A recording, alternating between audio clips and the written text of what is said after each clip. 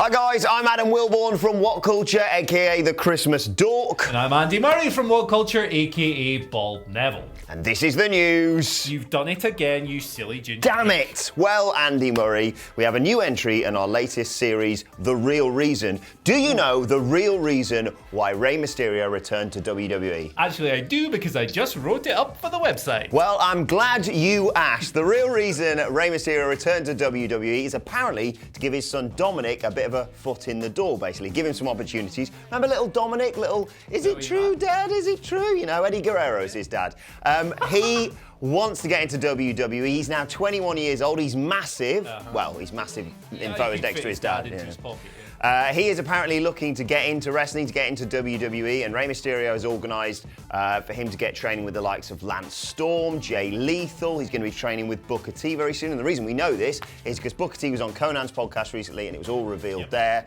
And he's hoping to get his son into WWE. I think give him a chance. Yeah, why not? I mean, we all know WWE love a family guy, and he has supposedly been training for like a year. He actually appeared in Lucha Underground last year as a non-wrestler, which is apparently where he got the bug. Apparently, up until this point, Dominic wasn't actually all that interested in becoming a wrestler, but now he wants to follow in his father's footsteps. Yeah, I remember chatting to my best friend Rey Mysterio last year about this, and he was just talking about Dominic getting into it. But it looks like he's come on leaps and bounds. He's even trained in Japan as well. And considering what we've seen with second-generation wrestlers in WWE, it's worth a shot. Yeah, absolutely. Why not? He's marketable. If he's any good, that's a bonus. Anyway, story number 2. This one's a little bit less jolly. Unfortunately, Big Cass suffered a seizure at a House of Hardcore event in Philadelphia this weekend. For anyone who doesn't know, that is Tommy Dreamer's indie promotion. It's kind of like an ECW nostalgia thing in Philadelphia. Now, Cass didn't actually wrestle. He was supposed to perform a run-in in a match. He unfortunately collapsed at about 10 p.m. during an intermission. Now, the good news is that he was able to walk out, but he was taken to the hospital. Tommy Dreamer obviously cut a promo at the end of the show saying he suffered a seizure, but it's not drug related. That's a very weird thing to point out. Well, the latest on this situation is that Tommy Dreamer has spoke to Big Cass as of yesterday, and apparently, according to the big man, he is doing fine. This is just a shame, isn't it? He's having a terrible year. Yeah, it's not been great. Obviously, he was released from WWE. Then we all saw that photo that did rounds on the internet, and everyone was very cruel about all that, to be honest. And this is just another bad entry in what has been a terrible year for Big Cass. The timeline is pretty awful. I mean, I can't remember if his split with Carmella was this year or the previous year, but they split up. He has to sell this house. He comes back after, 8 months out through injury, torn ACL, and he's in this feud with Daniel Bryan that no one likes. It's maligned. The matches are crap. Gets released 2 months later. Because he went a bit overboard with beating up, He waits out his 3-month no-compete. He gets back to the Indies. This picture of him a little bit out of shape does the rounds. We all have a laugh, and now he's had this seizure. It's terrible. Really hope 2019's a better year for Big Cass. Yeah, let's hope so. All of us here at WhatCulture wish him well and hope he recovers very soon. Moving on to our third news story, an update on some contracts going on in WWE. A lot of discussion recently about the future of AJ Styles. According to PW Insider, apparently AJ Styles' contract expires in April 2019, but it does look like he's going to be signing a new contract. Yeah, that's not a huge surprise, is it? Yeah, there was that report last month about how he wanted to reduce schedule, maybe something like Randy Orton. So if he does secure this new deal, we'll maybe see a little bit less of him, but not a whole lot. And he's had an amazing year in WWE. Yeah, it's hard to imagine him anywhere else. Speaking of AJ Styles, though, the club, who obviously came in with AJ Styles, do not look like they will be sticking around in WWE. It's kind of a lot more up in the air for them. Their contract expires September 2019, and New Japan are reportedly interested in bringing them back. Yeah, well, this one's particularly interesting and a little bit more complicated because they're not necessarily an asset to WWE. I think they're very good. Oh, yeah. I would like to see them on TV more often, but WWE don't use them for anything, and they're certainly not as marketable as like the New Day, the Bar, the Usos, teams like that. But if they were to go to New Japan, they would be a centerpiece of that division. They dominated it when they were there previously. They could be players for New Japan. So even though WWE might feel tempted to let them go, I wonder if in their current mindset they might go, you're not having those guys, we'll keep them and continue to do nothing with them. I wish they would do something with them though, because they're such a fantastic duo. You've got all the potential stuff with Styles and Balor and stuff that they've done a little bit of, but never really gone full in on actually leading a faction or something like that. Perhaps now with Styles potentially moving away from the title picture, or the WWE Championship title picture, I should say, they could do something, and then in the interim, between April and September, there's a fair bit of time to say, look, here's a really good storyline to get you involved in, and hopefully retain their services. Yeah, it'll be interesting. I guess perhaps for them, what it might come down to is whether or not they're happy doing what they do in WWE on the roads with their mates. Nice, easy style of wrestling, but a bad schedule, obviously, or whether they want to go back to Japan and have to maybe, put forth a little bit more effort between the ropes. We all know Luke Gallows likes a night off. At this stage in their career, that might not be optimum for them. But speaking of another major name, and this is our fourth story of the day, whose future is currently up in the air, Cody Rhodes, of course. Him, the Young Bucks, Kenny Omega, Hangman Page, all these guys, their futures, we don't know what their future holds at the moment, although we can take a pretty educated guess with these All Elite Wrestling trademarks being filed. So, their existing deals are supposedly up in January and February.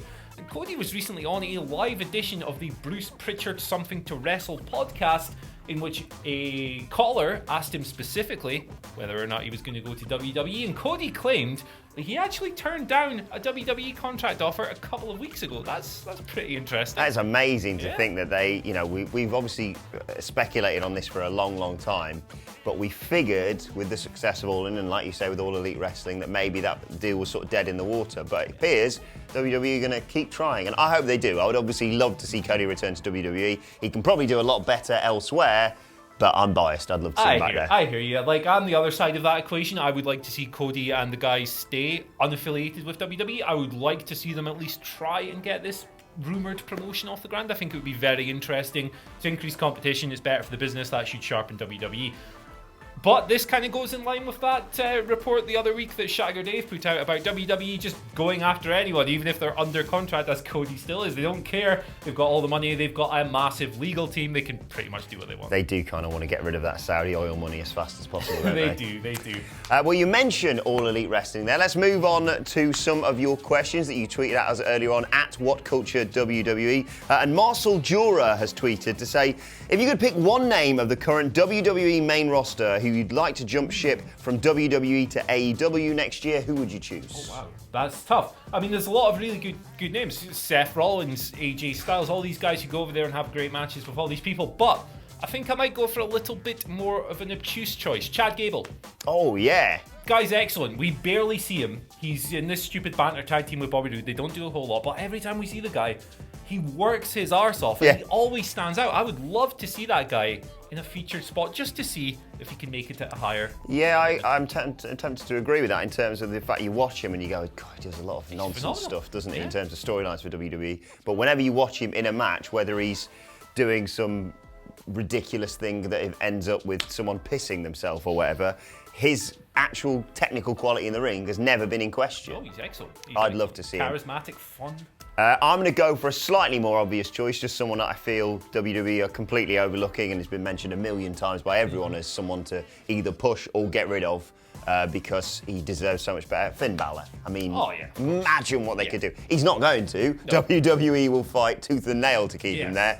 But if I'm fantasy picking someone for All Elite Wrestling to bring in and really make a marquee name, it's got to be Finn. Tremendous signing. Can't argue with that at all. Right, let's move on to our next question from James Tree, who says simply, has Bray Wyatt gone beyond the point of redemption? Yeah, man, I think that goose is cooked. Like, the Matt Hardy stuff was fun, but it was very much a preliminary lower card act. It was fine in that context. I don't think with all the damage you've done to Bray Wyatt and that stupid character and the gasping nonsense promos, years and years of that and losing every feud and blah, blah, blah, I don't think there's any coming back, man. And the Sister Abigail stuff is coming up to TLC very soon, of course. Yep. I think he hasn't quite. I think it's going to take a lot of work, but I think you could still do something with Bray Wyatt because he always has that shock factor of, depending on whether you need to inject him into something that's already happening. You can't just have him on Raw, someone's out there cutting a promo going, I'll face anyone, and then he comes out. You kind of want him to interject in a match. Remember how excited people got when he got involved in the Money in the Bank match? Yes, it was because he was costing Roman mainly, but that was such a return. I mean, I always I feel terrible when I say that. I kind of wish people would go away for a while so that when they come back, you want to be able to miss them. Yeah. I miss Bray Wyatt on WWE. Yes, when he comes back, he needs to win a lot, and he needs to cut down on his promos, be clearly focused on what he wants to do. And I don't know what that is. I don't think they're going to put him in a big title match anytime soon. But a really intense, exciting feud for his return. Maybe, just maybe, you can bring him back. Our final question comes from Marek on Twitter, who says, which WWE legend would you love to see come back for one last match? Gangrel. Oh, you said you were going to pick someone left field and... Sentimental Office favourite? Yeah. Who with? Oh no, he's dead. Um, Midian. There we go. Wow. Naked Midian or just normal Midian? Normal Midian. We'll have a battle of the Goths. It'll be great. Right. Mine's not really a person, more a group. And I know Phil's going to get excited about this. I would say the people I'd love to see come back, perhaps even at next year's Royal Rumble, is Too Cool. Obviously, we lost Brian Christopher this year. Very sad, and I think a lovely way to honour him. And to get Scotty 2 Hotty and Rikishi back in the ring for myself and for Phil. If you can do a repeat of, I think it was the 2001 Rumble, whatever one was in Madison Square Garden. 2000, yes. I'd love to see that again at the Rumble. Rikishi comes out, you think he's going to batter someone, out comes Scotty 2 Hotty, pop on the shades, and then probably just eliminate Scotty 2 Hotty after you've had a bit of a dance. But I'd love to see them come back. Right. Let's move on to this week's, or today's, and finally, because you've done it today and I have no idea what it is. So, Adam Wilborn, do you like arses? Pardon? Do you like tattoos? Yeah, all right. Do you like Vince McMahon's face? Where is this going? How do you like all three of those things combined? Hopefully, our dear editor will project this onto the screen right now, but here is an image. What is that? I'm presuming you can see this right now. It is Vince McMahon's face and a Raw logo literally tattooed right on a guy's arse cheek. Down below we've got Jerry the King Lawler, Jim Ross, Shawn Michaels just below. But according to JR on Twitter, this tattoo is something that a fan came up to him with at a convention and just, pulled the leg up and went, here you go, mate. How's that ass? So... I'm so glad that you filled in the blank there, because when you said JR, I was like, JR has that on his arse.